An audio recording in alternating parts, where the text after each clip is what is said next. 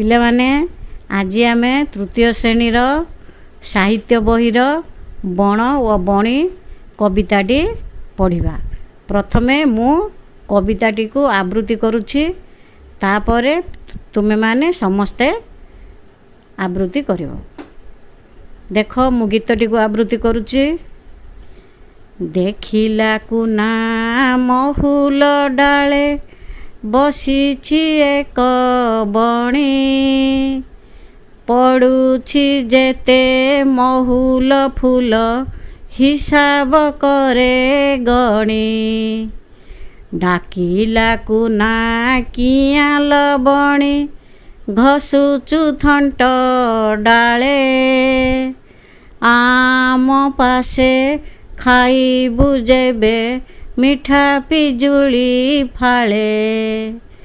ସୁନାର ଏକ ପଞ୍ଜୁରୀ ଗଢ଼ି ଆଣିବେ ବାପା ମୋର, ମାଠୁ ମାଗି ଦେବିଲ ତୋତେ କଦଳୀ ଛେନା ସର।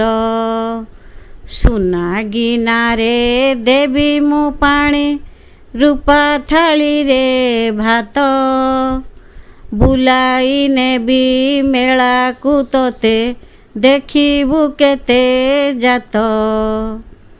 କହିଲା ବଣି କୁନା ଭାଇନା କହିଲ ସତ ଏକା, ମନରେ ତୁମ ଶ୍ରଦ୍ଧା ଥାଉ ନୀତି ହେବ ଦେଖା।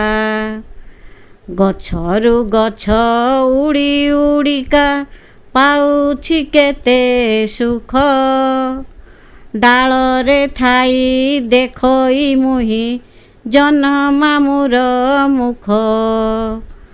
ବୁଲୁଛି ଖାଇ ବଣର ଫଳ ଡିମ୍ବିରି ଆମ୍ବ ଜାମୁ, ଶୋଉଛି ସୁଖେ ଗଛର ଡାଳେ ଲେଉଟି ନାନା କାମୁ।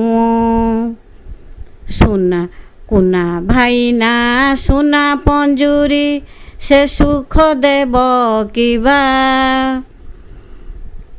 ଯିଏ ଯାହାର ମନ ଖୁସିରେ ଆପଣା ସୁଖ ଥିବା।